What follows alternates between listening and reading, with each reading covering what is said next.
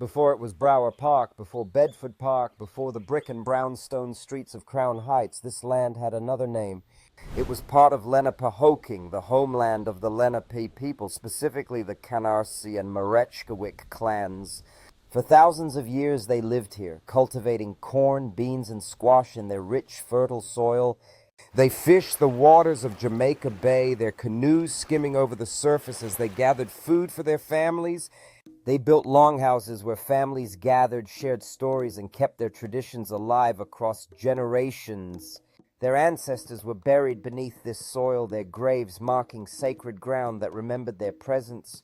But in the 1600s, everything changed when new voices claimed this land as their own. The Dutch West India Company arrived, bearing promises that would soon turn into destruction. At first, they offered deals for land, presenting illusions of partnership to the Lenape people. The Lenape believed these were agreements to share, not to surrender forever, but they were deceived. When the Dutch claimed the land outright, violence erupted in a relentless tide of conflict. In 1643, Dutch troops carried out massacres during Kift's War, slaughtering men, women, and children without mercy. Survivors fled into the forests or were captured, their lives forever altered by chaos and loss. Some were forced into slavery, their enslaved bodies shipped to Caribbean plantations to serve European greed.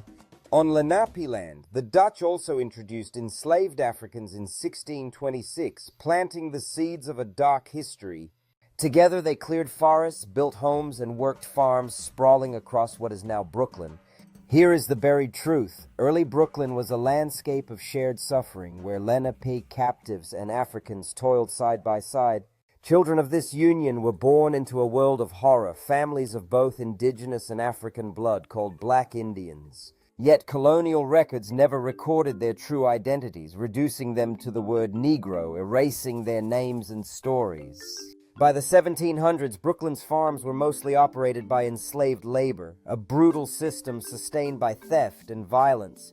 In towns like Flatbush, nearly half the population was enslaved, their labor feeding the colonial economy. In Crown Heights, the fields and orchards that once belonged to Lenape families were now owned by Dutch and English farmers. These lands were enriched through stolen land and stolen lives, a brutal legacy of conquest and colonization. Families were torn apart, children sold away, women violated under the eyes of their oppressors. Any act of resistance was met with savage punishment, whippings, branding, even execution to break spirits.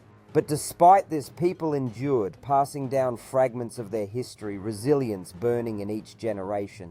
They carried within them the strength of their ancestors, their stories hidden but never forgotten. Subscribe today and join us on this journey. There's so much more ahead.